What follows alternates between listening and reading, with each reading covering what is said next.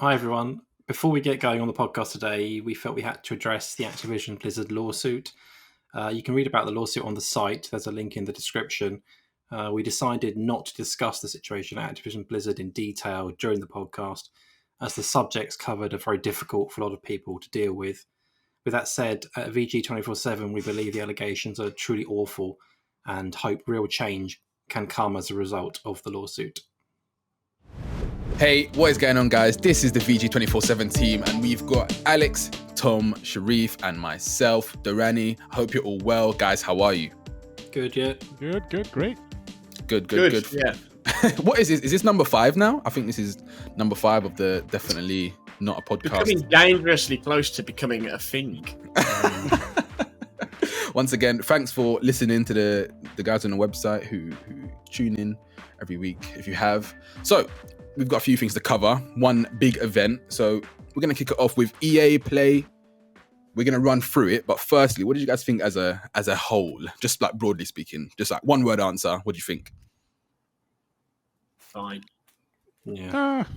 All right. Yeah. It wasn't a lot of surprises, and also it wasn't a lot of disasters. So I guess it's Okay. I need to. This isn't a one word thing, but I need to get this off my chest. This habit of pre-shows, of a countdown leading to a pre-show which has a countdown, needs to end. A pre-show exists in physical events so that they can move stuff around, get stuff ready, get people seated, whatever. That's fine. But to have a countdown that then gives way to a pre-show that then also has like a 15-minute countdown is stupid. Stuff like that either should be in the show or it should not be in the show at all. It's that simple. Because frankly, EA, I'd lost interest by the time your broadcast had started because there was 15 minutes of bullshit at the start, like recapping stuff we already seen, doing really weird stuff like showing something and then going, and we showed that in our EA showcase. Go and watch the EA showcase. It's like, but there's no point in watching the EA showcase because you just showed us the core thing. Stupid, dumb. Like, if you want to have a countdown, I understand the purpose of a countdown. It's to let people trickle in and let the viewer count build.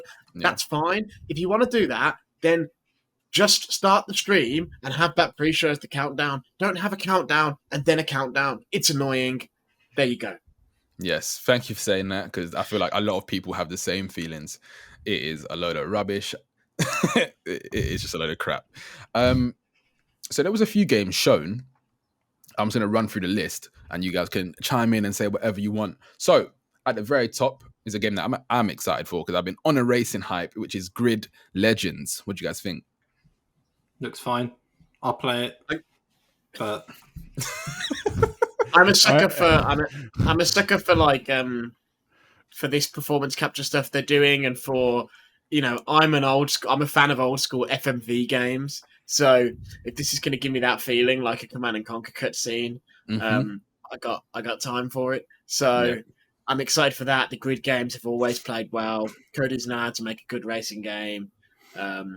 So yeah, I'm there. Yeah, the FMV is definitely the highlight of that thing because it's unexpected. Like the Grid games are always kind of done on a budget, and they're always like the story is usually told in kind of audio logs, almost like audio chatter. To see that FMV, like, and they're going like leaning hard into it, like, oh, there's a rivalry between these two guys, and it's like, okay, like what's happening here? Like, I want to see where that goes. But also I want to see like if this is just another Grid game or if they expanded in some way. Someone's phone is ringing. All right. Yeah, I want to see if they expanded in some way because like Alex said, Grid games always play fine, but they always kind of existed in a sort of like good enough but not great niche in racing genre. I guess they've been like the racing kind of market right now is like dominated by Forza and dominated by like open world massive games. And I've always found that Grid and to a lesser extent Dirt kind of struggle to do something interesting. But yeah, we'll see maybe if like EA's money is going to change that some way.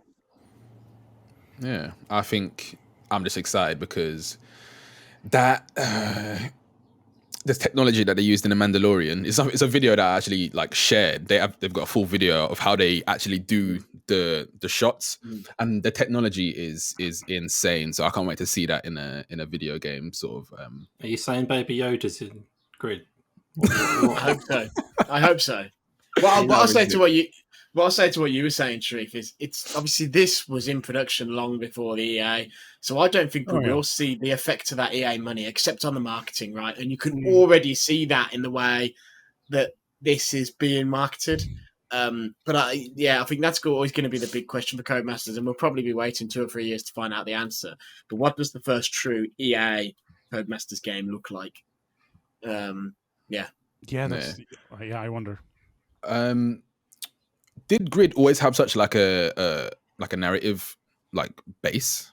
Because they're doing a lot of. I don't recall. No, it's changed a lot. Grid changed because Grid was essentially the successor to Touring Car and stuff, which was like years and years ago. Well, Colin McRae was Dirt.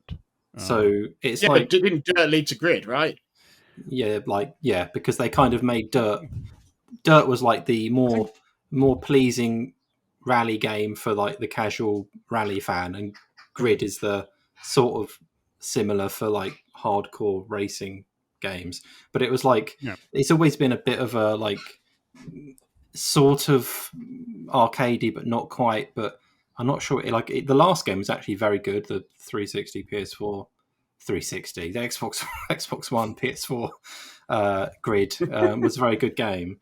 But I just feel like they lack something in the modern era of racing games, like a hook that'll keep me playing more than like a couple of weekends. Whereas with Forza Horizon, for example, I'm not saying they should make all racing games open world, but Forza, I go back to all the time, and I'm always doing something else, always something else to do. Whereas Grid and to another like Dirt as well, like I like those games a lot, but I'm done with them fairly quickly. I know they add stuff to them, like they've just put out a content update for Dirt 5, which is great.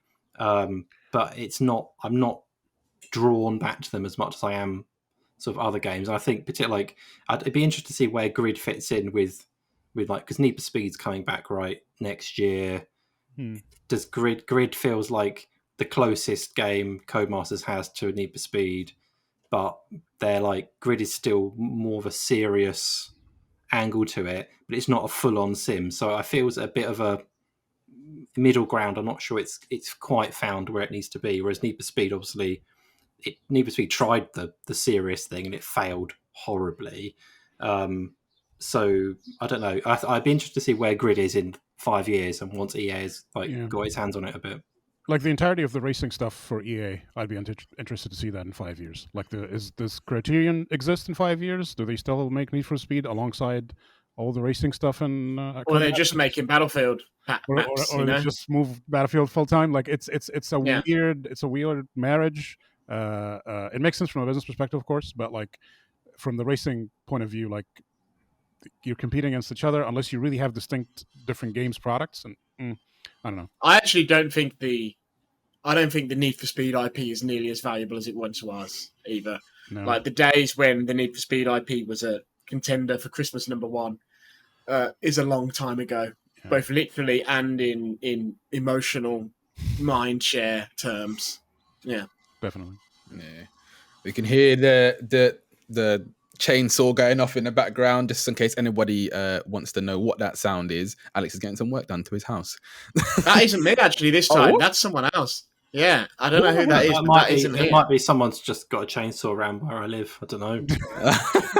Someone just wandered around. I don't want to look. with what's going on here, it's more likely if anyone hears any extremely loud banging, like someone's trying to knock my house down, that is what it is. Yeah, so if you hear that, that's what's happening. But the chainsaw wasn't me, unless there's someone coming up the stairs and I don't know about it.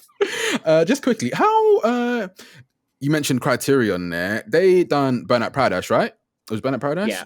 And then their name popped up yesterday in the Battlefield showcase. Yeah. They weren't always on Battlefield, right? This is new for. They have done a lot of stuff.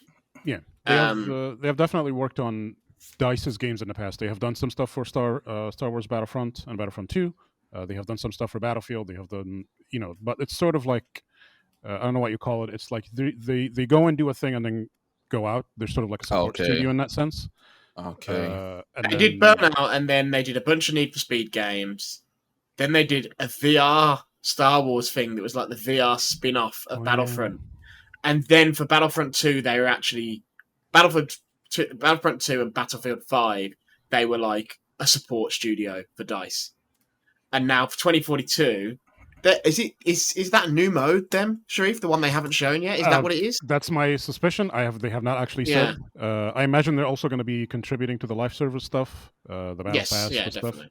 But they have not like the We'll get to Battlefield soon, guys. We'll get to Battlefield soon. Criterion are back on Need for Speed, though, aren't they? They announced that they are. Yes. So I mean, that's the hope. There's enough of what made them good years ago to bring it back in a positive way. Because I mean, Criterion, I doubt, is anything like it was back when they were at its peak. Like the re-release of Hot Pursuit, which has just come to Game Pass, EA Play recently. I put that on. It's such a good arcade racer like that. For me, that is how, like, if we talked about how Grid struggles to keep my attention, Hot Pursuit had I can't remember what they called it, like RaceNet or something like that. It was like a stat tracking competitive angle to sort of just time trialing essentially, and it worked brilliantly on the 360. I played it a lot. It's still a great game on current gen. So hopefully they can bring some of that back to the next Need for Speed. We'll see, I guess.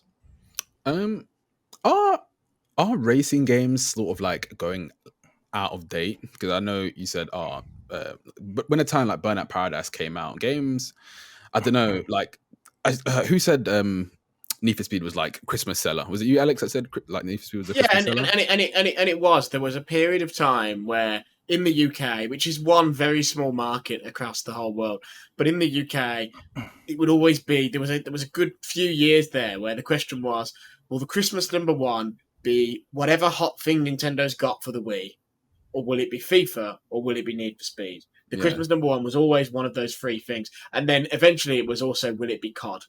Yeah. And Need for Speed was the first one of those to drop away. Then the Nintendo stuff, which I think has sort of come back now.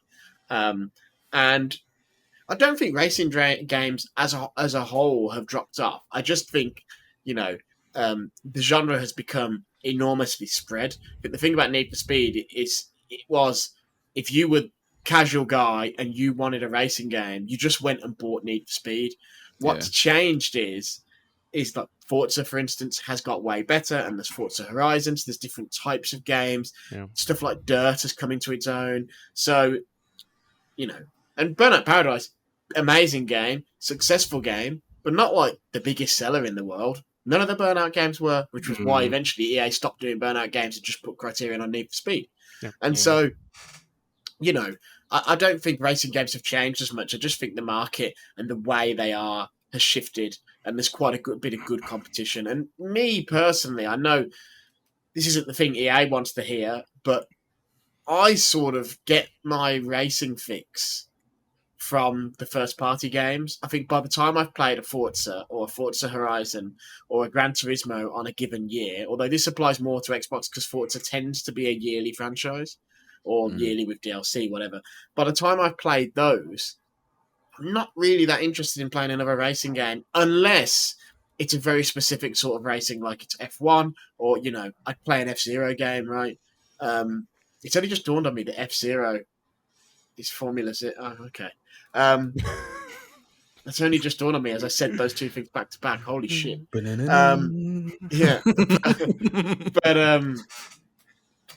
But yeah, I don't think racing games have changed that much, but I think that's the thing for me, is that I'm less likely to buy third-party racing games because I've got Forza and it's in Game Pass. So it's free. You don't even have to pay for it. Need for Speed Underground was the hot on PS2 era. Yes. It was like the hot thing. I remember a little bit of an anecdote for you here. Who remembers the band Rizzle Kicks?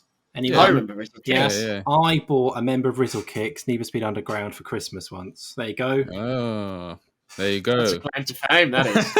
There you go. Name dropping, Tom the Celebrity. You mentioned Underground.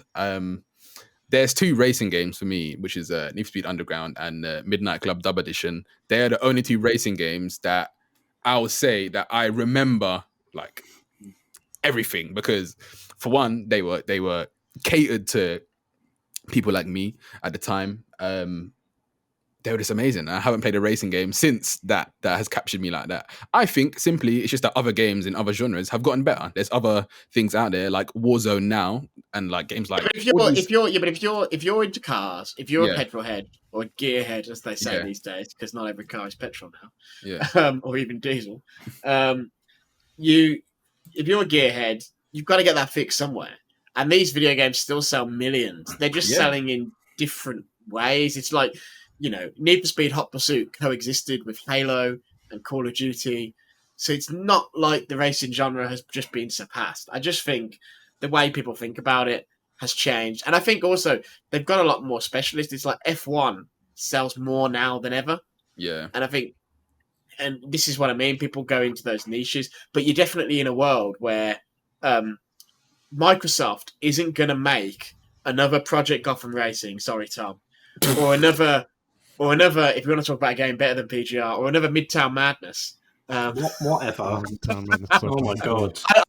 I love Midtown Madness. I mean, come on. But I think Microsoft's extremely unlikely to make another one of those because, in theory, the things that those two games did are both sort of covered by Forza Horizon. You only have to look at Forza doing the Lego DLC and the Hot Wheels DLC. Those DLCs basically do what Midtown did. And the core of Horizon with the drifting and stuff like that is very like PGR and Kudos and stuff. And so you've got that. And you're probably not going to make Burnout for the same reason. So the market's definitely shifted to these monolithic games, which also is why I find it really weird that Sony has not got their Horizon-style racing game. Yeah. They've sort of dabbled in other things. They had MotorStorm and they had Drive Club. But Drive Club was just another serious racer. Gran Turismo really weird to me. I feel like it's unfair to rope Gran Turismo into this conversation. Gran Turismo, it's like a simulator, its own thing. Like, but so is Core Forza, right? Microsoft has their simulator. I disagree. I think they're getting there. Well, not right now, at least. Gran Turismo, if you want to play a race in Gran Turismo, multiplayer race, races take place like on specific schedules, like on a time. Like you have to wake up on a Sunday morning to play a multiplayer race. I try to imagine explaining that to somebody who's playing Forza. Like this is just a small example. Is that a simulator though, or is that just stupid like lifestyle choices? Yes, but they're living in that ethos. They're selling you that experience of like you're a racing driver in training. You're not just with a controller playing, ramming and riding corners. This is a different thing. And like not to like take over this, but like Gran Turismo, I feel like is more comparable to something like iRacing, is more comparable to something like Assetto Corsa. These types of games. I genuinely have no idea why it still continues in that way, and they haven't figured out a way to make it more accessible to other people, either in a sub-series or in a sort of mode for these games, because Gran Turismo feels fucking great to play. It's just, it feels like work. It doesn't feel like a video game. No. It's puzzling to me why they didn't spin that off into something more accessible for us. But isn't that what Alex said about like certain games going, like they pinpoint a specific market and they just capitalize and lean into them? GT is a lifestyle brand. That's what they want it to be. They want it to be a lifestyle brand. But I think, I know what you're saying, Sharif, and you are correct that GT is definitely the more elaborate, the more accurate of the two. But I think if you knock all the assists off in Forza, you're not that far away. And Forza has also been, it's never going to be Assetto Corsa, right? Because that's its own, that is an actual simulator that you can use to train. And GT is definitely closer to that than Forza is, but it isn't much closer. And Forza also has been trending into the lifestyle stuff with Forza Vista and stuff like that. And the Top Gear tie-up and all that sort of stuff. But I just think Forza is it's got a better finger on the pulse of like how to make it fun, as you said. Yes, that's exactly, and I think that's also what makes it to not on that level of these things, and I think that's intentional. But we'll see how far they're going to go with the new one. Like maybe they're going to go all the way Gran Turismo level and be like, no, this is a simulation. You play this the right way, or you fuck off. We'll see. I doubt that's going to happen. If you play, I did it recently. If you play Forza with all the assists off and with a wheel and with a stick shift and a clutch and everything, it's I can't speak.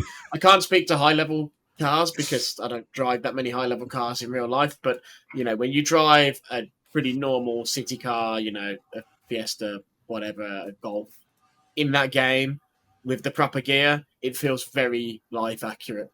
So they do have that there. They do. But Not yeah, for like me. you say, it's buried in all the other stuff. I'll have to. There's a friend of mine I should ask about this because he is a car enthusiast and he's got he's constantly tinkering with his classic car and stuff like that. And he is an Assetto Corsa player with all the gear. And so I'll have to ask him what he thinks of Forza GT. See if he has much of an opinion on. Well, that was a good conversation about racing.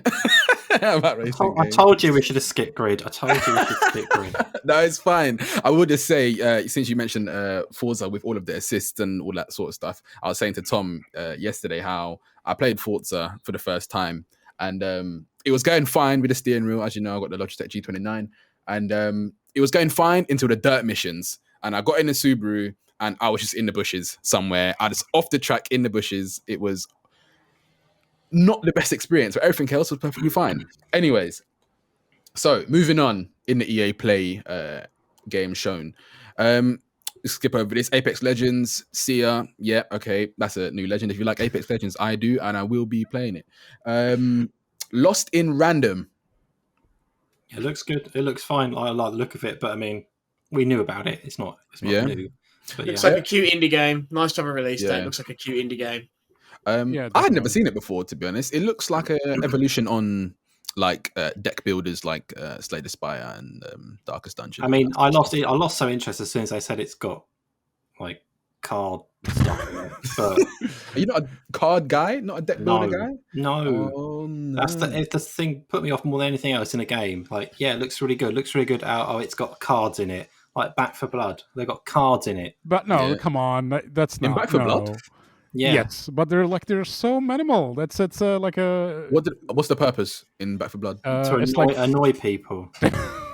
It's like modifiers. You're playing like, okay, we're gonna find like more ammo. Like they just should present them as like circles or whatever, so that it's not a card. Okay. Knockout City Season 2. Knockout City is very fun if you haven't played it. My son is hyped. He's hyped for it. Let's go. He's so excited. He saw the trailer this morning. He's been looking for it. He's been telling me for weeks that when the next season's starting. And he's like, he didn't know the trailer had dropped last night, and he was like so excited to watch it. He's he's constantly like going on about what because they added a new ball, the soda ball, right? Which like I'm not sure exactly what it does, but it's the soda ball. For weeks, he's been telling me about what the ball's going to be. They're going to do. It's like all these ideas he's got. It was usually a poo related ball, because he's 7. So I mean, that's what he's into. But yeah, he's well excited for it. It looks like they've got a new map, they've got a new ball, new cosmetic stuff. So I'm looking forward to the end of that season when he's screaming at me because he hasn't got time to do what he needs to do before the season ends. That's it. I love how like maybe to like us 4, we might be just like, Knockout City Season 2, but someone somewhere is like Knockout City Season 2. This is going to be great, and I love that. I will say, Tom, by the way, does what you not just said prove that Halo's approach to seasons is the way that games should be going from now on? Yeah, definitely. Where it drives me mad. Your goals stay, and you don't just get screwed over. Oh, definitely. Like, it's so much better. Like the stress. I mean, it's bad enough if you're an adult and you're like you've got a week to get something done. Fine, you can deal with it. If you don't, because you're an adult, hopefully. If you're a 7-year-old and you're like, you must do this thing because otherwise you're not going to get this emblem. Which this emblem becomes the biggest thing in your life when you're 7 to get this emblem. And it's like, I remember the end of the last season and he was like, I think it might have been a mini season or something. And he had to get an X number of wins. And we were doing it like right up to the wire. Like I was playing it, he was playing it, trying to get this emblem and the stress involved. And he doesn't care about the emblem now. But at the time, it was the thing that was dominating everything. So if we can do that without the time hassle, that would be great. Yeah, this stuff is a bit silly. I remember I went to a Fortnite event at E3 and they gave us like codes for some special E3 in-game item. And at that time, I had never played Fortnite, but I was like, oh, I'll register for the game, download the game, and redeem this code. And I redeemed this code, and for about 6 months, I would get emails, several a week, asking to buy my account because I had this E3 item, which is, it's bonkers to me. And people, you know, who have no morals at all were putting those codes on eBay and selling them for like hundreds and hundreds of pounds. Yeah. Rather than doing the stupid thing I did and redeeming them in a game that I never play. But I couldn't have sold it anyway, so you know. But yeah, it's bonkers how people will pay money and get so obsessed with this stuff. But I can't say I'm immune. I used to do all the challenges on Street Fighter 5 to get all the costumes and stuff. So yeah. Big up your son, Tom, for being Knockout City's biggest fan. Send him some gems. Send him some coins, whatever. As I said, the game is sick, man. I don't care what anyone says. That game is actually fun. It's fun, yeah, for sure. Yeah, that game is fun. Yeah. But moving on, and this one's going to take up so much time now, but I'm excited to hear what you guys think, even though Sharif and Alex, you guys have spoken about this already in a different video. You guys can check that video out. Battlefield 2042, mainly Battlefield Portal. Go ahead, boys. Go. I'm just going to step out of this conversation. Go ahead. I have got some notes, but go ahead. But no, what do you think of what they showed? What I saw, because you haven't seen a lot of the stuff that we did, and then you watched some of that, and then it looks amazing, man. I think Battlefield has always had this sort of like innate clunkiness. It looks like it's like it feels sluggish when you first pick up a Battlefield every single time for me. This one, it looks more up to date. Like it looks slightly faster. That's gameplay wise. But the Battlefield Portal, how do I describe this? How do other companies match this level of energy when they are essentially bringing their old games or assets from their old games and features from their old games all into their new game, essentially giving new players and returning players a complete experience? How does Activision then look at Call of Duty and say, how can we do this, something like this? That's a big feature. Yeah. I really like it. That has so much potential to I've seen how modders are with other games, and you give a community the tools to create something, and they're just going to create. They're going to create infinitely. So I can't wait to see all of the different game modes. You mentioned it being like Halo Forge. I used to love Forge so much. Just playing all of this, like just randomly. Like you just hop in one day and you're just playing like Infection before that they made it into like a real thing. But like you hop in one night, you're playing this game mode. You scroll through the community browser, you're playing a different game mode. It just makes everything so much more enjoyable, especially if you've got a load of friends as well who just want to take the piss, or you don't care too much about like playing the normal matchmaking and care about leaderboards and KDA and that sort of stuff. You just want to hop in and piss about. This is perfect. People are going to make so many fun little mini games, you know. That's what I think. Yes, all that is true. For people who don't know, somehow unaware of what Battlefield Portal is, it's basically it's a community driven suite of mod tools. They have a bunch of like simple options that anybody could get into, like, oh, this many players on this team, this much health for this kind of thing. A bunch of like easy to understand toggles that you can mess around with and create like a custom game mode ready-made. You have access to everything in Battlefield 2042. So all the soldiers, all the factions, all the vehicles, all the maps. But then on top of that, you also have map remakes from Battlefield 1942, Bad Company 2, and Battlefield 3, and all the soldiers there, and all the vehicles there, and all the weapons there. So you have this basically massive Battlefield toy box that you can just do whatever you want with, so long as it's not creating a new map. You can do whatever you want with, and create any crazy mode you imagine. And then they have like a bunch of like featured lists that they're going to curate regularly for you to have like, what's the community thing of the week? And on top of that, there's like a visual scripting mode that's for people who know what they're doing, can like dig even deeper and not just mess with the rules, but like create their own new rules. It's fascinating, like a fascinating addition for sure. Insane, man, insane. And like DICE aren't making any promises, but obviously the implication here, the big implication is It's your favorite great game, Durrani. It's Smash Brothers, right? It's when they announced Smash Brothers and they said everyone is here, and everyone got really excited because it's like all the stuff from the previous Smash games is in this one game. That isn't the case here, but for the Battlefield, this is to a Battlefield fan, someone who's been playing it since 1942, not literally. This is for them. This is the equivalent of Smash Brothers, where the second they revealed this, my first thoughts were like, I want this map, I want this map, I want this map, I want this vehicle from this game, and so on and so forth. So that's the thing. They're not promising about expansion, but they're also talking in very vague roundabout terms about, we want to hear your feedback, and then we want to know what you want, and then we'll see what we can do. And they know that people are going to be saying, we want some future vehicles from Battlefield 2142. People are going to be saying, we want some maps from BF2, from Bad Company 1, whatever, right? Did they do any original maps in 1943? I can't remember, but I played a lot of that on I think it was XBLA. just a couple of remakes of 1942, Wake Island and something else. Yeah, it was definitely Wake Island. But yeah, so that's the exciting thing, is that in addition to the sandbox that's there, it's this concept that this could grow and they could add stuff to it. They've got quite a rich history in Battlefield to draw from. And, you know, I think in many ways, I said this to Sharif, in many ways, I think this could be their answer to Warzone, where the portal is something where, so we're on Battlefield 2042, we had a World War I game, World War II game, and this is near future, so the logic dictates that in a few years, in 3 or 4 years, the next Battlefield will probably be a modern game again, a present-day game again. When the time comes for that game, you would think they would just lift the portal up and dump it into the next game, exactly as Call of Duty's doing with Warzone.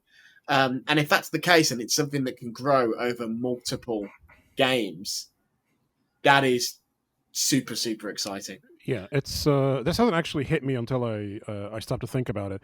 They're finally treating Battlefield as a live service thing and not like a yearly thing. They are, I think, done chasing the Call of Duty stuff. Like Activision, you were just saying earlier, Durrani, about like Activision, what Activision has to counter this, and the answer is they don't, because they're way too married to releasing a game every year. So everything has to be structured around that. And EA has been trying to play this game since Bad Company 2, if you remember the above and beyond the call and like all their ads and all their TV spots. But now they feel like, okay, they're at peace with what Battlefield is like. Okay, we can't and we don't intend to make a game every year. So instead, we make a game every 2-3 years, but in that point, let's treat the game as a live service and then have a component that lives on, that we're not cautiously guarding. It's like, well, but here's this other game that we want you to buy right now because it's out in November. No, let's just take this slow and do our thing. And then when the next game comes around, people will be more excited for new content because they have been like basically inundated with like so much cool shit for like 2 or 3 years, which is finally happy to see them do it. I think this is a template as well. Like, I've got to be honest, I'm going to write an article about this. So, spoiler for a future article next week. But I was sitting having a beer last night and I was like, just thinking about the Battlefield portal. On a school I was day. like, man, they should make the Command and Conquer portal. Oh my God. With all the factions from all the different games and the best maps. So you could do Red Alert 3, Japan versus GDI from Tiberium Sun or whatever. I just thought about that because obviously they just did that Command and Conquer remake, and I was like, man, that'd be. And they went down this path a little bit in that they had a live servicey free to play one, didn't they? That they cancelled that had factions from different universes. Generals, yeah. Never came out. And it had it wasn't that one. It was a different one. Because Generals was a sequel to Generals, so it had those same allies.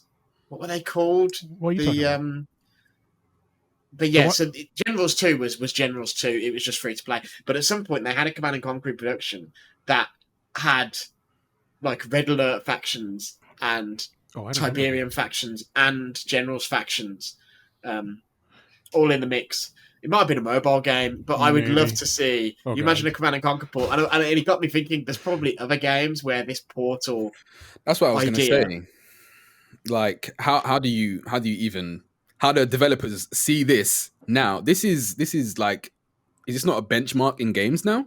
Like this sort of feature? Well, I tell you how. people see it and don't do it is that it's expensive because they're not just porting this content. They're having to remake all that old content. But this is what I mean about this as a feature that can go forward from game to game, like Warzone. If this goes forward into the next Battlefield title, they'll have the 6 maps, even if they don't add anything else, they'll have the 6 maps and the various factions from the old Battlefields, plus everything from BF 2042, plus the stuff from the new game. And then they can go back and go, maybe now's the time to do some Battlefield 2 content or some 2142 content. And so that's the thing where it can become this critical mass and just get bigger and bigger. Eventually, you have to leave it behind, right? This is the question that faces Nintendo. They got one more Smash Brothers character, and then what do you do about a problem like Smash Brothers? Because the next game can't be this big again. But, if EA and DICE are going down this path of building out this portal, they've probably got a 10-year, 15-year run in it, which is big, right? Yeah. Everyone's trying to find the answer to their live service problem. Everyone wants a piece of the live service pie, and I think with Portal they actually have they've found whatever it is that's going to carry them. I think. Anyway, Tom, you haven't said anything. What do you think? It looks so I like the thing that I like the bit that they showed off. Was it like 100 little things fighting the robots? Yeah. Like the classic. Like, would you rather face 100 duck-sized horses? Duck-sized horses or one horse-sized duck, or whatever. It looks definitely one horse-sized duck. Yeah, I mean, I think it looks good. Like, as a concept, the whole game Portal looks good. Is it similar to what they do with Master Chief Collection in that it's like everything in one package? But I mean, maybe they're doing more with Portal in terms of bringing it all together. Master Chief a little bit, but obviously, right? Yeah. So in MCC, if you're playing a Halo 2 map, you're playing with the Halo 2 visuals and the Halo 2 guns. You can't take what was only in Halo 3. You can't take a Spartan laser and drop it onto a Halo 2 map, even with Forge or whatever. So that's the difference. But the flip side is MCC lets you do things that this won't, because MCC has the original physics and stuff. So if you want to play Halo 3, it is Halo 3 as it was, with the physics that you know and love that you got used to when you were wasting your life at university and not going to school, and as I did. And so you get a pure Halo 3. That's the one thing about Battlefield Portal is you're not going to be able to play, you're not going to be able to play BF3 as it was. It's still running on the 2042 stuff. So it's the same as the Forge comparison. It is superficially similar, but I think once you dig in, it's not really. Yeah. Yeah, because they don't overlap. Tom, is there any game franchises that you would love to see like a Portal comparison to, like, at all? Well, apart from the obvious, I won't say. Is that PGR? Yeah, I mean, there's a lot. What would that be? Just a bunch of cars? Look, I don't care what they do. They can do whatever they want. I mean, it's similar to what they sort of do this a bit with FIFA, right? They've got classic players they bring in every year, like new classic players they throw into the mix. It's a similar type thing. I think like it's got to be something with a history, right? I think Command and Conquer is actually I don't love Command and Conquer, but it makes perfect sense as an idea. If they're not doing it, Alex, you should get some cash back on that, because that's a good. That would be a dream. Don't tell anyone about it, because you get fired. But that's like the classic. That makes perfect sense. I mean, I'm trying to think of other. I mean, now that I've said it, like, why aren't they letting you do like more kind of mixing up in Master Chief? Because they've got the whole stuff there. Like, maybe they will add that, because if people see how well this has gone down, they've got the base there already, presumably, to do that kind of stuff. That would be make things quite interesting, having all the modern Halo stuff mixed with the old stuff. Yeah, I think Alex has already nailed it, to be honest. The other thing is, I feel like there's this sort of thing is becoming more common. It's like the other thing I think of when I think of something like this is I think of Sonic Mania. And this is basically what Sonic Mania was in a standalone game, in that it was, here's the physics you love, but slightly updated. And then here's a mix of new stuff and reduxes of the stuff you loved before. And so I think developers are slowly starting to cotton on to how they can leverage their 20-year, 30-year history. So it wouldn't hopefully, surprise me if the Assassin's Creed, what are they calling the next thing? Assassin's I Creed. can't remember, but I know what you mean. Yeah, Bringing back like classic bits from old Assassin's Creed games, giving them a modern look.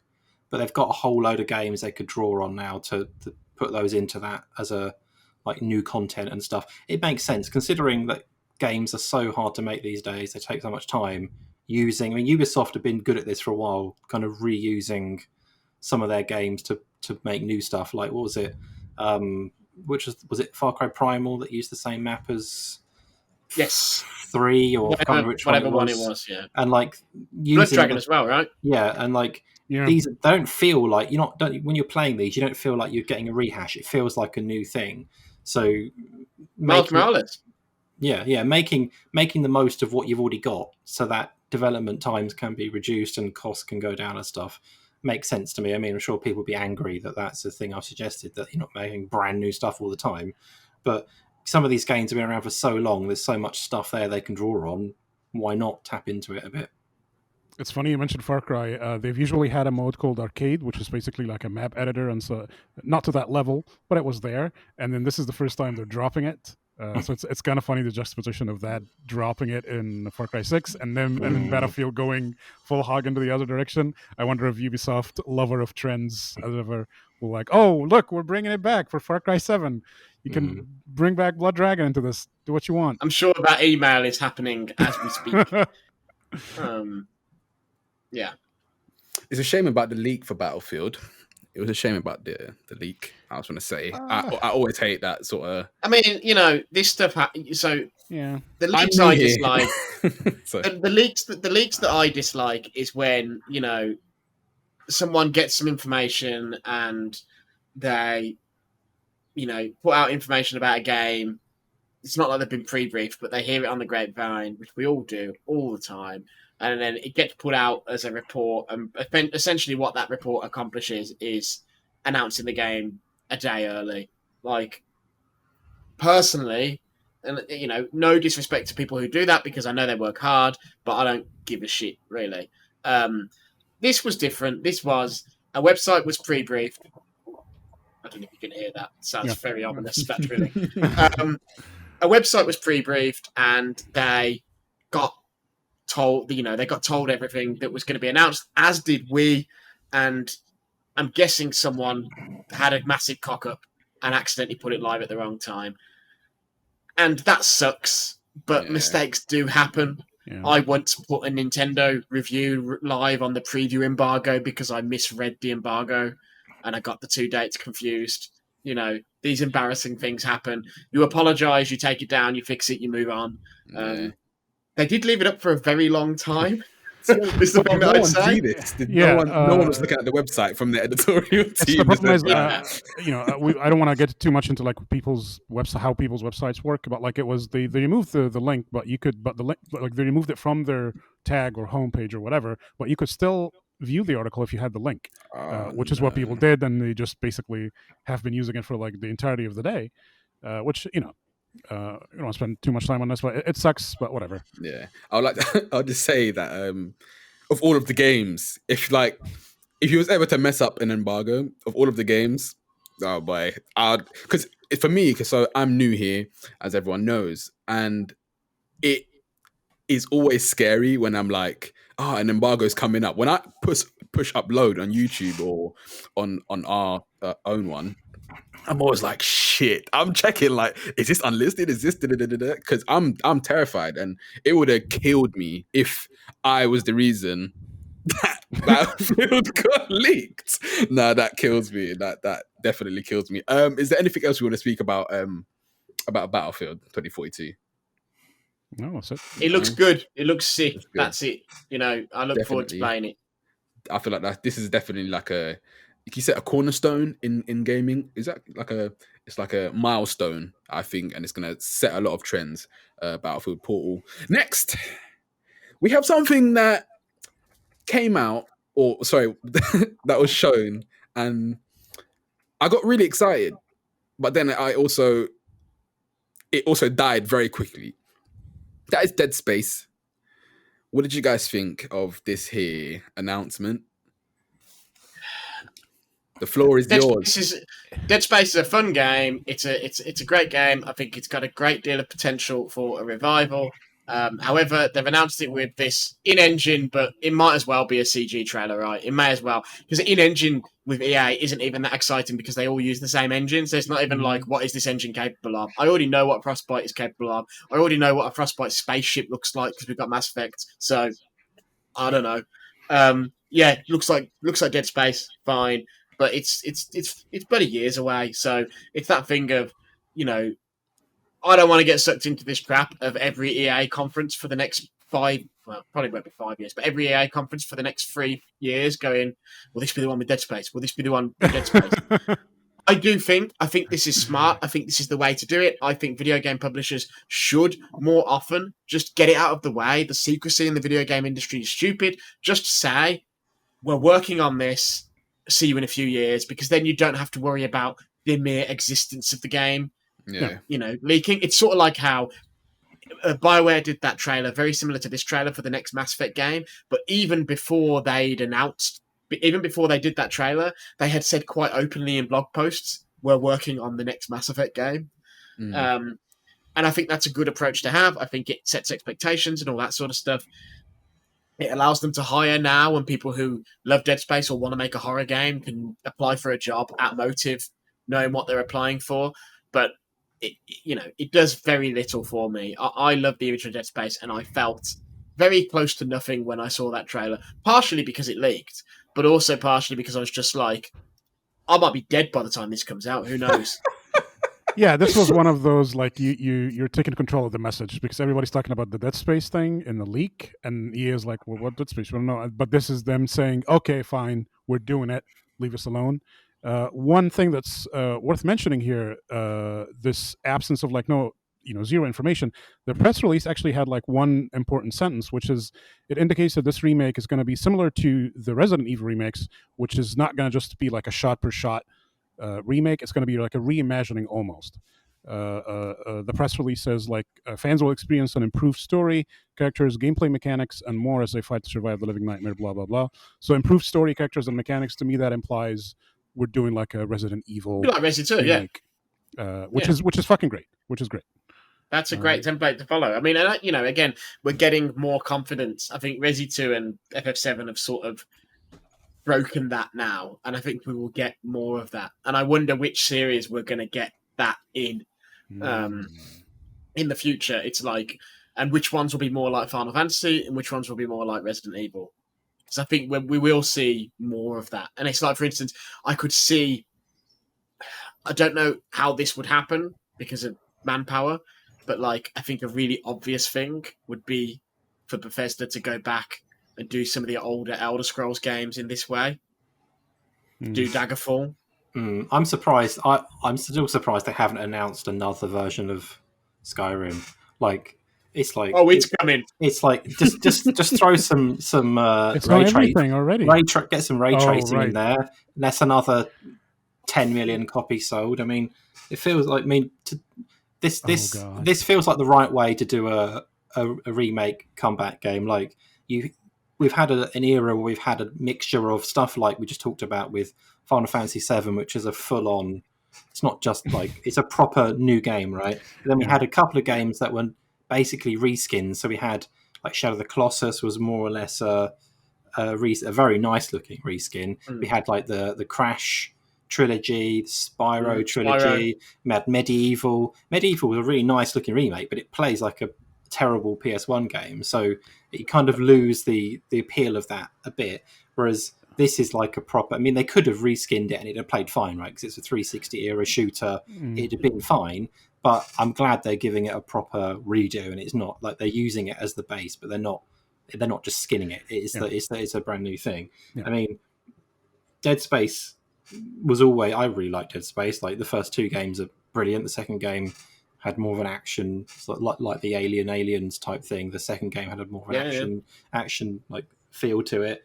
Third game, I thought was fine actually. I know it got a lot of hate because of the microtransactions and all the stuff at the time, which was a big thing because people weren't used to it really back then. This was like a a real thing they were pushing hard, and people were like, "What is this in my video game? I don't want to spend money." I mean, I don't know how they would have probably been had they. I doubt they'd have done the same thing now, having had the years of experience doing it. And I know they've said there are no microtransactions in this. They got that out of the door very early, so people aren't asking for the next 3 years, whenever. But yeah, like it's one of those end of the show. Look at this things, and it worked. I mean, like Alex said, like had we not known this was definitely happening because of a million leaks, it would have had more impact. As a like, it's this thing of tease something. When you tease something like that, but you already know it because it's been teased in leaks for months, it doesn't have the same impact. But I'm glad it's a thing that is actually happening. But like that trailer literally added no level of excitement to what I already had for it. So. I really wonder how long ago they made the decision to do this trailer, and how because to me this looks like an immediate response to the leaks, because there's basically nothing in it, and it's just like shot of of the back of the dude, and it's like, you really wanted to respond to these leaks, didn't you? Because on your own terms, you probably would have revealed this like 2 years from now, which is whatever. I don't know. EA's in the habit now of just doing a quick CG or Frostbite, rendered trailer. They did it for Dragon Age. They've done it for the next Mass Effect. Yeah. This seems to be their strategy for these big games, is to avoid the leaks. Just say we're doing it as early as possible. Like, when did they say they were doing? When did that Dragon Age 4 trailer come out? It wasn't even billed as Dragon Age. It was like a fucking ages ago. It was like something Rises or something. It was like a trailer for something that you thought, is this Dragon Age? It wasn't even explicitly titled as Dragon Age. It was a Game Awards 2018 or something. October 2018. Yeah. So yeah, it was. Oh no. I think it might have been the Game Awards. Yeah, definitely the Game Awards, December 2018. Yeah. October 2018 was when the previous Dragon Age got cancelled, which tells you a lot, because they cancelled the previous version of that game, which was the one that was apparently live servicey, in October 2018, and then in December they announced the current iteration that we're going to presumably see. My understanding is that's a 2023 game. Don't take that as ironclad, but that's my understanding, is that is we will see a lot of it next year, but it won't be out until the year after that. So that game is a while off. So based on that, we could be waiting 5 years for Dead Space, but I don't think we will. Because Dead Space isn't an RPG. It isn't an RPG. It's not going to be 80 hours long. It's technically a remake, so they can draw a lot of stuff from the original and stuff like that. And hopefully, it doesn't have all the. Dragon Age has had a lot of staff problems over its development as well. And they had the studio is established, right? I know Motive have been like a bit unfortunate with the stuff they've been working on, but they're established. They're not. I assume they're not having to massively. They'll probably staff up a bit, but they're not like building from scratch. Hey, Motive did one of the best games of last year, in my opinion. So, but they definitely need like a big win other than Star Wars.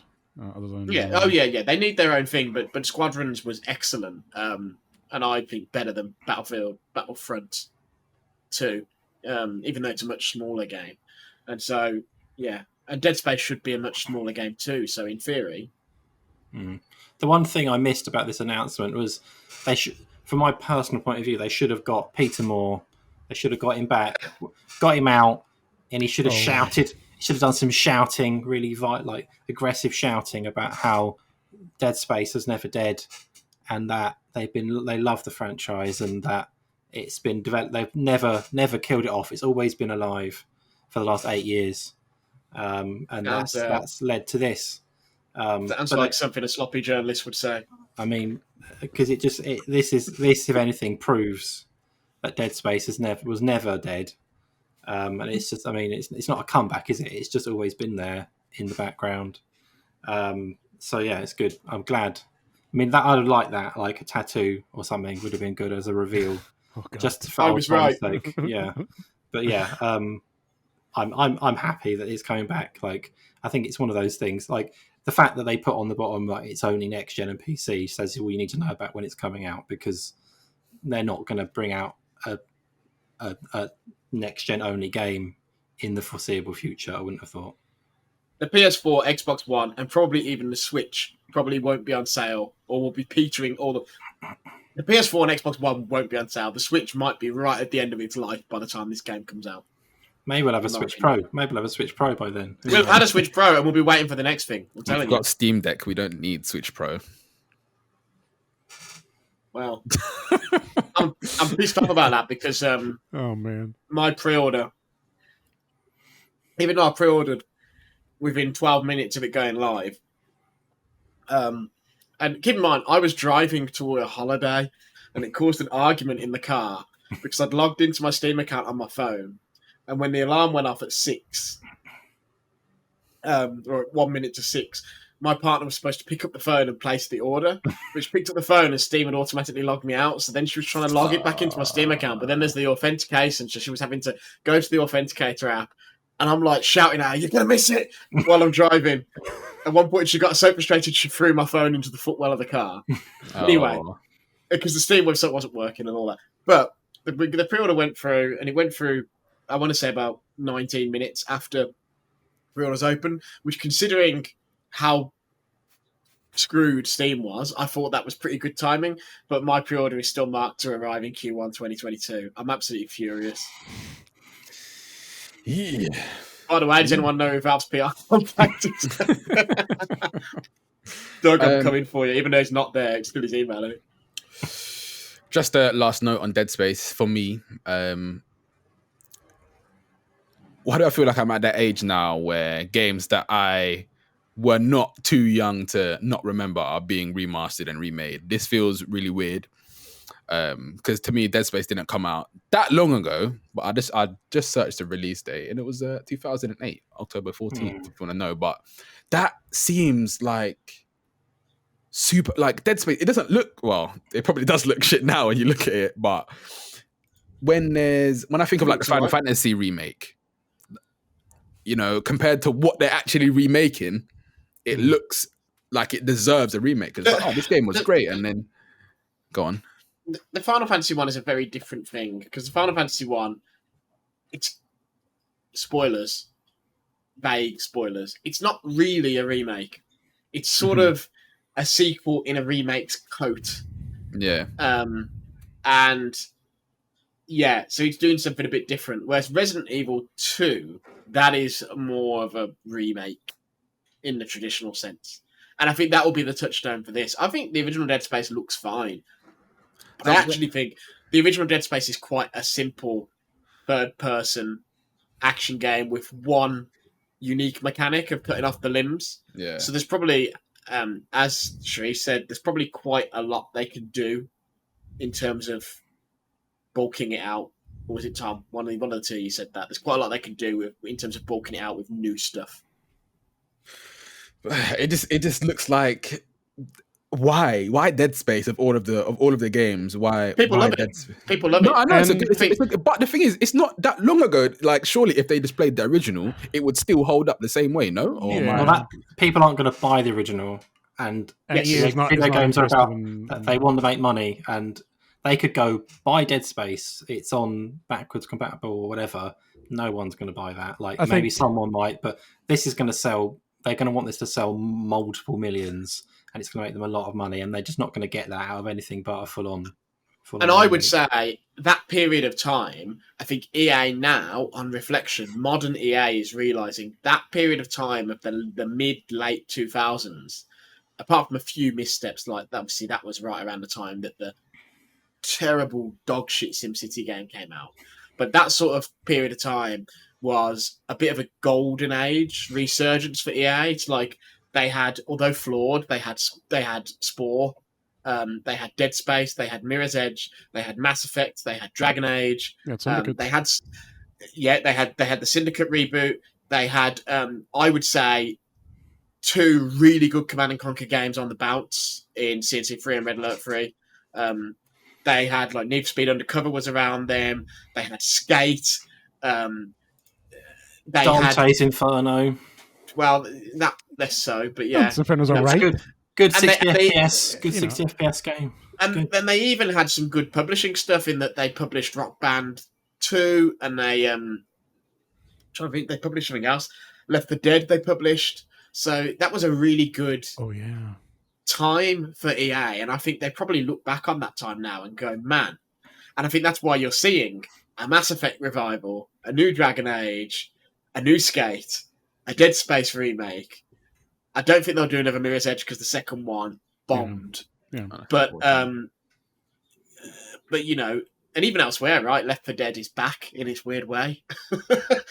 As Back for Blood. That's not with EA, but so it definitely feels like that period of like 2006 to 2012 is hot again.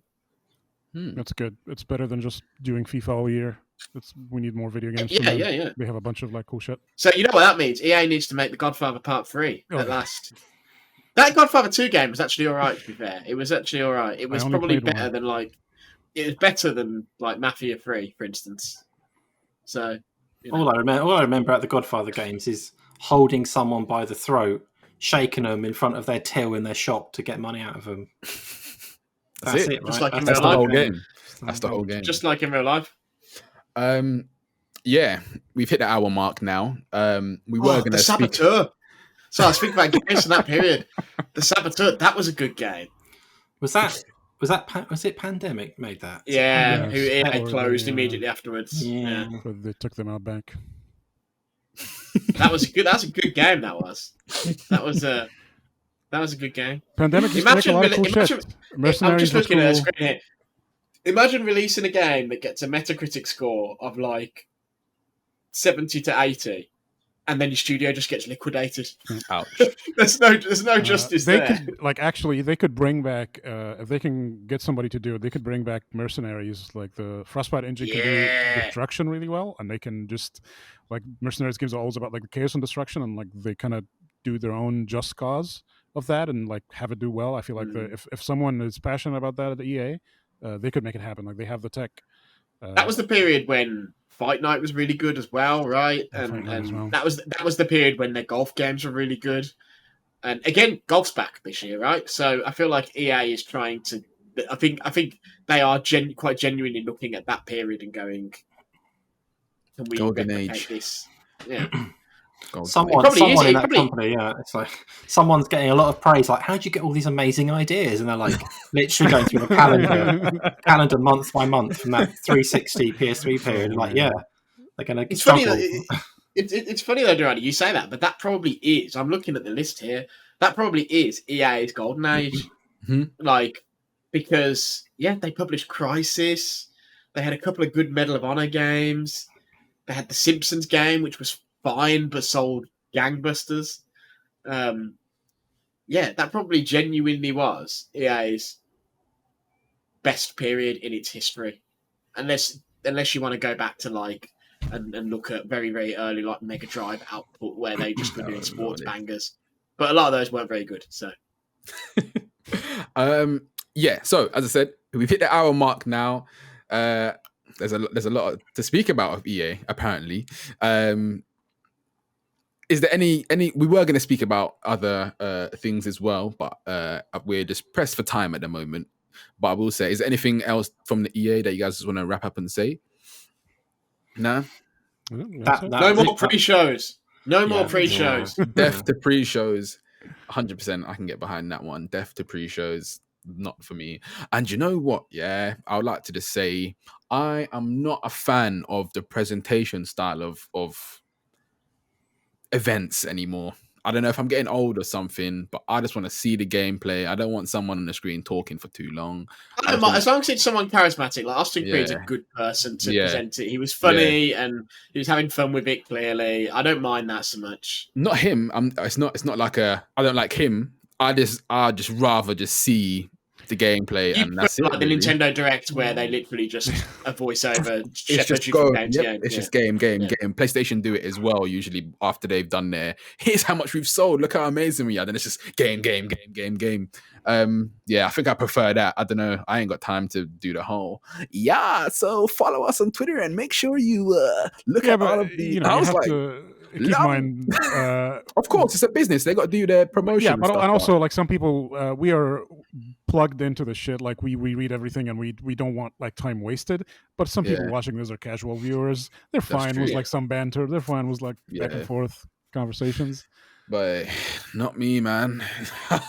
I'm just like, nah, cut the bullshit. Let's get straight to the games. Big up Austin, though, man. He's got a lot of enthusiasm. My friend said he reminds him of a CBeebies presenter, and I started laughing. He probably would be a good CBeebies presenter. But he is the thing is he genuinely loves video games to pieces, and so he's done he's played the Final Fantasy fanfare on the trombone after wrestling matches at the WWE and things like that. Like he has a YouTube channel as well. If you're he does, up, down, down. Yeah. He's part of a different team as well, right? Like he's under a network. I don't know, gaming brand. WWE has a gaming brand. Yeah, WWE has a gaming brand. So it's like, I think his YouTube channel, he does a lot of playing games with other wrestlers, for instance. Okay. Well, yeah, that is it for VG247's Definitely Not a Podcast 5. We're not talking about anything else? No, we said we want to do an hour, right?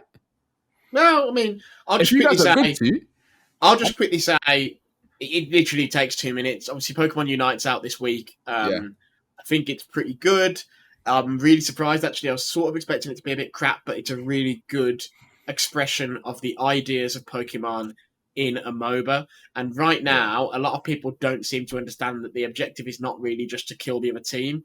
And you'll do a lot better if you're not just focused on that. Yeah. And I'm really enjoying that because it means I'm dumping on people who don't really understand what they're doing. And that feels great. I'm sure in a couple of weeks I'll probably hate the game because people will get their eye in and people will get really good.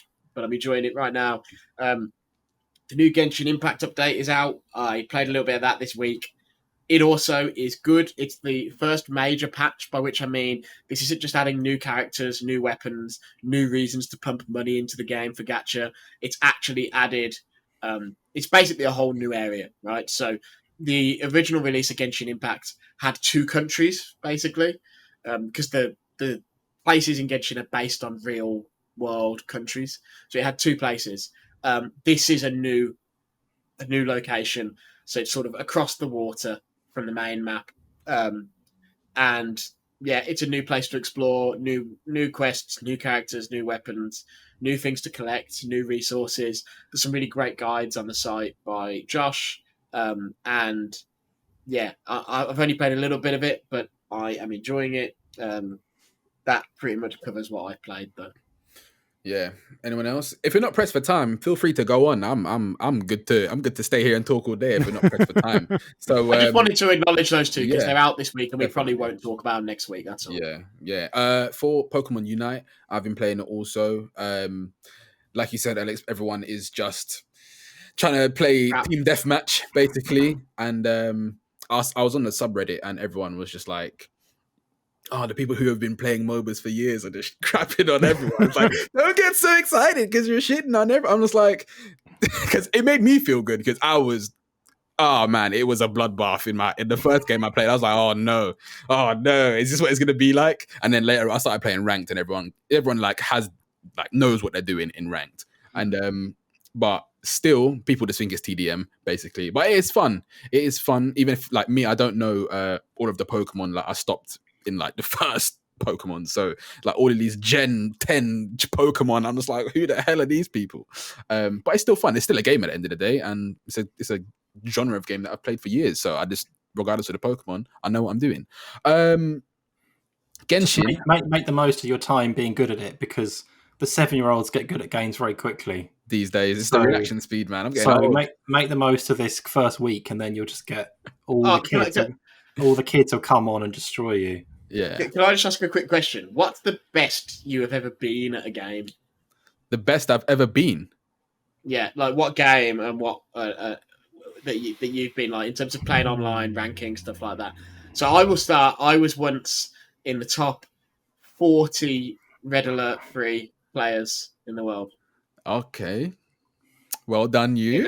On their ranking ladder. Not for very long, but you made it there. I don't know in terms of this wasn't like pre-release. This wasn't me sneaking in or in the first week or whatever. It was like when the game was actively being played. Yeah. What about you two? I'm trying to remember. It's probably going to be like BF 2142. I used to play a lot of scrims with like European teams back in the day. I think that would Sweaty probably boy. be it. But I've never been like a leaderboard or like score Yeah, chasing kind of person. So sweating. And you, Tom? You're not going to. I've got two very boring answers. One of actually no, three. I was one of the top players in Football Manager Online. Cheese. I was quite a big deal in the scene at the time. I also was very highly ranked on many leaderboards in Motorstorm RC, which was a Motorstorm spin-off. At the time, was it Vita or PSP? I can't remember. Plus on PS3. Also, I used to play. This is probably the geekiest, nerdiest one. I used to play. I think it's called iSnooker or something like that. It was like a very hardcore snooker sim, and I was very highly ranked in that as well. And that is like it. I'm not the most competitive when it comes to reflexes, but if it's moving a mouse slowly around a screen, moving your mind, line up angles, then I'm good. There you go. It's not all about say, by the reflexes. Way, when you're talking about boring game, well, it's not boring, but when you talk about games like that snooker game, there's a friend of mine who, back when you had Xbox 360 sites that could track all sorts of data about your gamer tag, he was the single person in the world who had played the most individual days of LMA Manager 2007. I think he played like 2,400 days of it. He was like 1,000 clear of the next biggest player of LMA Manager 2007. Jesus. So shout out to him. Sorry, Durrani, what about you? Alex, I'm surprised you didn't say it was Elf Bowling. Was it Elf Bowling? I was never esports at that. Esports, and like, you know, unfortunately, I wish I could say it was a Street Fighter, but I always cap out at like Ultra Gold, you know, sort of level. I've got 2, 3 maybe. Halo 3. I was serious. I'm not gonna lie, I was serious at that game. I loved it to bits. That was when like guides were coming out on YouTube. That sort of era where like it was like big companies making guides. It wasn't like any old YouTuber. It was like Monster had paid someone to make a guide for like, it was like massive, like just random like crap, and they weren't even in depth. It was like, here's how to lead your shot, and I was just like, okay, well, Halo, yeah, I love that. I'm not sure if you guys have heard of a game called H1Z1. It's a battle royale. I was so there's a rank called royalty. That's the highest rank in the game. I made it to royalty in that. Not a lot of people had that rank, so it felt good, and especially when battle royale. That game, literally, I've never seen a game get so high in its player base and popularity, and then drop so fast ever. Anyways, but that game was amazing, and it led on to so many other. It helped flesh out some of the battle royales that came after it. And then Valorant, really. Valorant at the moment, I am actually decent. I'm decent. Not as good as when it first came out, but I'm decent at Valorant. Not the highest rank. I'm like 2 off though. I'm 2 off the highest like available rank. So it's Radiant is the highest, then it's Immortal, and then Diamond. I'm Diamond at the moment, trying to get to Immortal, and then no leaderboards. I'm not like top 100 or anything like that. These players in these new games, nah, they're ridiculous, man. These guys do this for a living. Like the people who are at the top of leaderboards these days, I don't have time for that anymore. Like it's just it's impossible. Speaking of like these competitive games though, I know you said you didn't want to speak about it, but we have to speak about this. Now that we've got time, let's speak about Ubisoft, Tom Clancy's XDefiant. Let's go. Yeah. Let's go, Alex. Alex, your reaction makes it sound like you've got a lot to say. Go ahead, mate. No, I honestly don't, because I was on holiday at the start of this week, as you know. So all I saw of it was drunkenly checking my phone when I was day drinking and seeing everyone on Twitter dunking on it. And I watched like 30 seconds of a Twitter video that was embedded, and I was like, this looks like dog shit, and then I closed my phone. So I don't know anything about it. Go on, Tom. I mean, I've also only seen really that the day before when a few of the sites got look, we've seen this game early, and let's put a little tease video out, and it shows you what looks like Division, Call of Duty, or something. Yeah. I mean, I don't quite get. I mean, maybe I'm in the minority, but I don't quite get the level of hate it's getting because it looks fine. It looks like an okay shooter. It's free to play.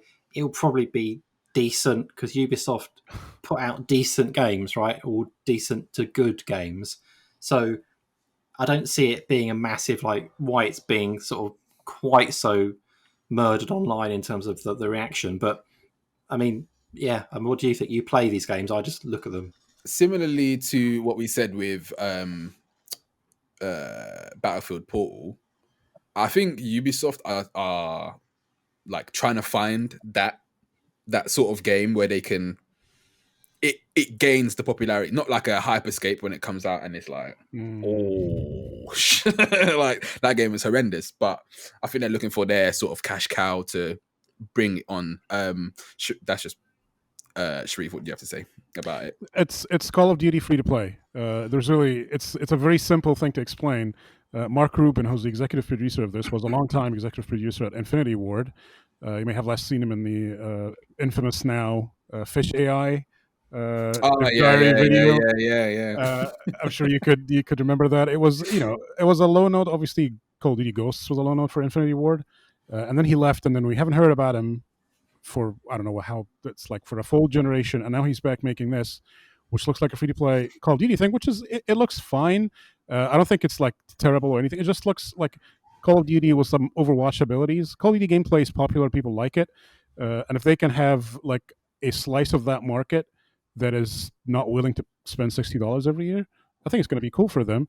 I don't think it's like it looks like a free to play Korean Call of Duty clone, which those exist in massive numbers. But the problem with those is that they usually don't have the support from publishers in the West, and they're fucking monetized out the ass. So you can never play those games as you would like what we think of as like fair free to play games. So hey, we got Crossfire coming.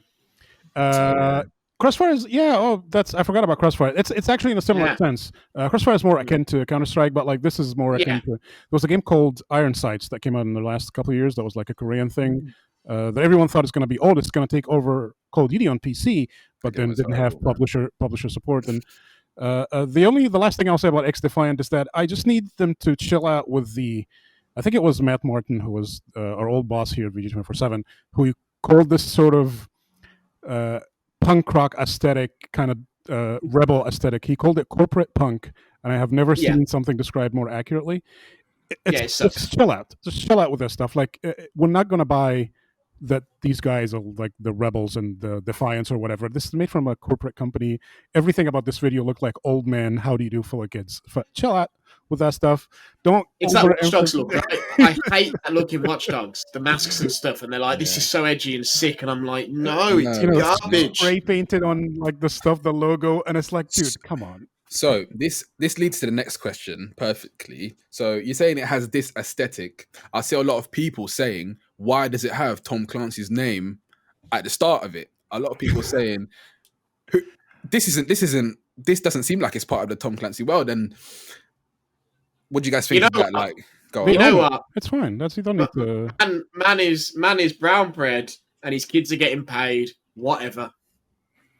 Whatever. And I don't think posthumously looking after his children, and his grandchildren. Who cares? It sounds like Twitter is filled with Tom Clancy's cousins because they care about where his name is being used. They care because that's all I saw. Oh my god, it doesn't look like a Tom Clancy game. They don't care. They're just they want to make it into a big deal, and it's not. Like it's just a brand. It's a branding thing. People know what they own it. Tom Clancy's are. They're games where you have guns and you shoot people. Mm-hmm. This is a game where you have guns and you shoot people. People were mostly annoyed that they didn't announce a Splinter Cell game. So it was like, this isn't Splinter Cell, so it's rubbish. And it's like, well, you might get a Splinter Cell game, but it's not happening for a while, is it? So just get over it. Yeah. And really, do you want like another like right-wing conspiracy theory obsessed like Reagan era pleasing fiction in our games, like the real Tom Clancy? You don't want that in your game. You don't want to clear up prison danger. You don't want that shit. So just keep it whatever it is. Keep it as a name.